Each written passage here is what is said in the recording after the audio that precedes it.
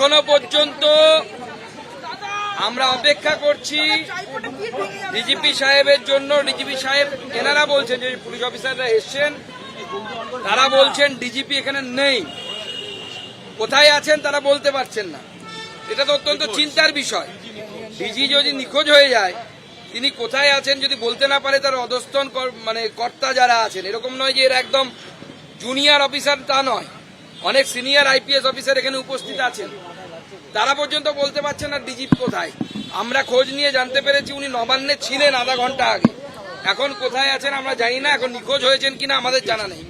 আমরা অপেক্ষা করছি।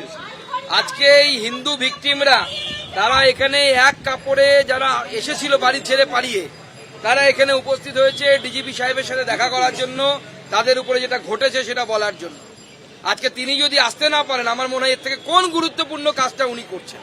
একদিকে ডিজির দায়িত্ব সামলাচ্ছেন, অন্যদিকে ফোন ট্যাপ করার দায়িত্ব ওনার হাতে, গুরু দায়িত্ব। সমস্ত বিজেপি নেতা, অন্যান্য নেতা, এমনকি তৃণমূলের নিজের দলের নেতাদেরও ফোন ট্যাপ করার দায়িত্ব ওনার হাতে।